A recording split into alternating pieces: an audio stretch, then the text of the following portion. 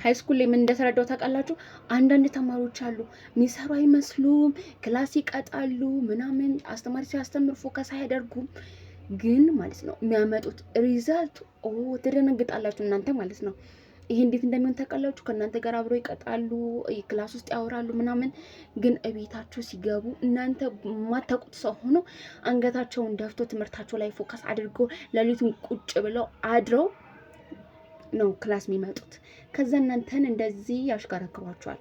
ፕሊስ በእንደዚህ አይነት ነገር እንዳትሸወዱ። ሃይ ስኩል ለምትገቡ በተለይ ደግሞ አዲስ ከሆናችሁ እንዳትሸወዱ። ሁለተኛ ነገር ደግሞ ሃይ ስኩል ስትገቡ ጓደኛ ሁሉ አይታመንም። ጓደኛ ሁሉ የእናንተ ሚስጥር ማወቅ የለበትም። የራሳችሁ የሆነ ሚስጥር ሊኖራችሁ ይገባል። እግዚአብሔርን ነው የምላችሁ። በእንደዚህ አይነት ነገር እንዳትሸወዱ። የኤሌመንተሪ የነበረው ግልጽ ነገር የነበረው እንደፈለጋችሁ መጫወት ምናምን ሃይስኩል ላይ የለም። አስተማሪ ሲያስተምር በደንብ መከታተል አለባችሁ።